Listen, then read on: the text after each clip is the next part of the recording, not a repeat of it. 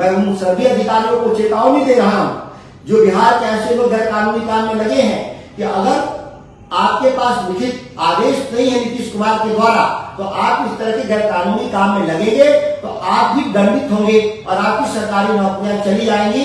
नमस्कार, आप live cities देख रहे हैं। आपके साथ मैं हूं वसीम खान। क्या सरकार छीन लेगी जमीन? देखिए, बड़ा प्रश्न और लगातार विपक्ष की तरफ से यह आरोप सरकार पर लगाया जा रहा है। देखिए, खाता खिसरा लॉक कर दिया गया है। हजारों एकड़ जमीनों के खाते और जो खिसरा है उसे लॉक किया गया है। मंशा क्या? सबसे पहले आप सुधाकर सिंह को सुनिए। मुख्यमंत्री नीतीश कुमार पर खूब गरजे हैं, बहुत कुछ कह दिया है। और देखिए, खाता खिसरा क्यों लॉक किया गया, कारण क्या है, मंशा क्या है। और आगे सुधाकर सिंह, देखिए, तेजस्वी यादव के करीबी और सांसद हैं बक्सर से। देखिए, बड़ी रणनीति। सबसे पहले आप सुधाकर सिंह को सुनिए। 19 नवंबर को मैं 19 नवंबर की उस रिपोर्ट में सरकार के द्वारा जो जवाब दिया गया मुझे इसकी उम्मीद नहीं थी। जो भू राजस्व को देखने वाले पदाधिकारी दीपक कुमार सिंह के द्वारा कहा गया कि हम बिहार में जो भी खाता और खिसरा को हमने जो लॉक किया है वह 90 दिन की नोटिस के बाद किया है। यह 100% असत्य है। मैं इस दावे को चुनौती देता हूं कि अगर दीपक कुमार सिंह राजस्व विभाग के जो सचिव पूरे बिहार में अगर जितना खाता खिसरा लॉक हुआ है उसका 5% भी अगर नोटिस अगर उपलब्ध करा देंगे, अगर 5% नहीं करा सकते हैं तो 1% भी नोटिस अगर उपलब्ध करा दें तो मैं चुनौती देता हूं इस बात को लेकर के कि सरकार, बिहार की सरकार जनता के सामने इस साक्ष्य को प्रस्तुत करे, मीडिया के जरिए बिहार के किसानों और सिविल सोसाइटी के लोगों को गुमराह करने का काम नहीं करे। जहां तक मेरी जानकारी है, मैं ऑन द रिकॉर्ड बता रहा हूं कि जिस व्यक्ति को खाता और खिसरा के लॉक होने की जब सूचना नहीं है तो वह व्यक्ति अपील में सरकार के पास कैसे जाएगा। जो 90 दिन का जो लॉकिंग पीरियड बताया जा रहा है अपील करने का, सबसे आश्चर्यजनक है किसान को मालूम ही नहीं, बिहार के किसानों को, कि हमारे खाता खिसरा को लॉक कर दिया गया है। उन परिस्थितियों में कोई किसान कैसे अपील कर सकता है और इस आधार पर सरकार यह कहेगी कि आप अपील में नहीं आए इसीलिए आपका जमीन, सभी जो जमीन है वो सरकारी जमीन के रूप में हम उसको तब्दील कर दिए, उसकी जमाबंदी बिहार सरकार के नाम से दर्ज कर दी है। दूसरी बात मैं कहना चाहता हूं कि किसी भी किसान के खाता खिसरा को लॉक करने का अधिकार सरकारी कर्मचारी को नहीं दिया गया है। केशवानंद भारती बनाम केरल सरकार के एक महत्वपूर्ण फैसले में तय हुआ था कि कोई भी संपत्ति का अधिकार का निर्धारण, जिसको हम टाइटल बोलते हैं, वह अधिकार सरकार के पास नहीं होगा बल्कि न्यायपालिका के पास होगा। आखिर बिहार की सरकार ने बिहार के 20-25 लाख एकड़ जमीन लाखों किसानों को किस सुनवाई के जरिए, किस न्यायपालिका के किस वाद संख्या के जरिए ऐसे किसानों का खाता खिसरा लॉक करने का काम किया जिसकी कोई साक्ष्य इस बिहार में नहीं है, ना ही किसी किसान को जानकारी है।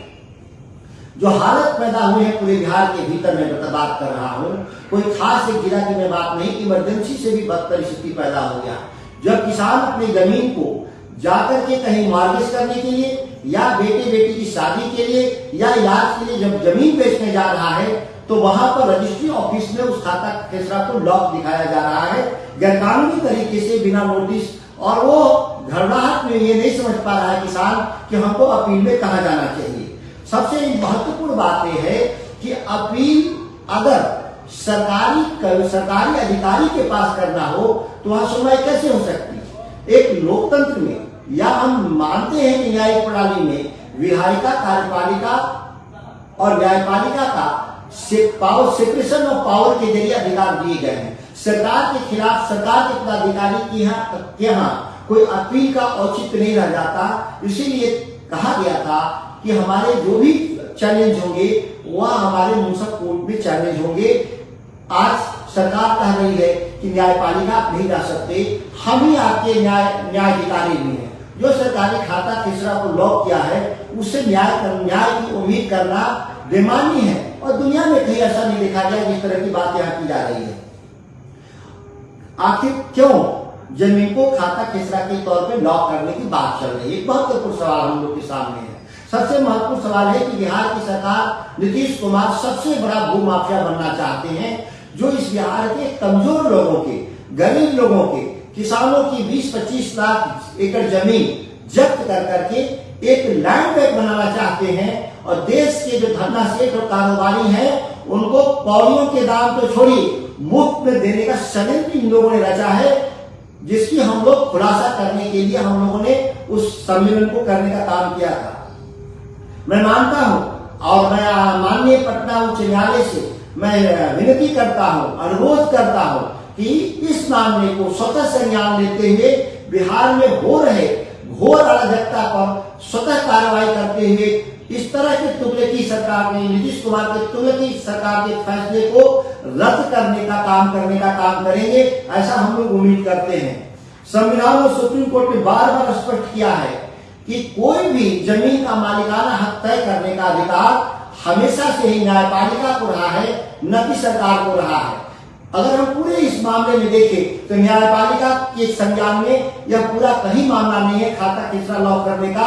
सरकार के मौखिक आदेश से जो मुझे सूचनाएं मिली है कि जिलाधिकारियों ने सरकार के मौखिक आदेश से ऐसा काम करने का काम, गैर कानूनी काम किया है।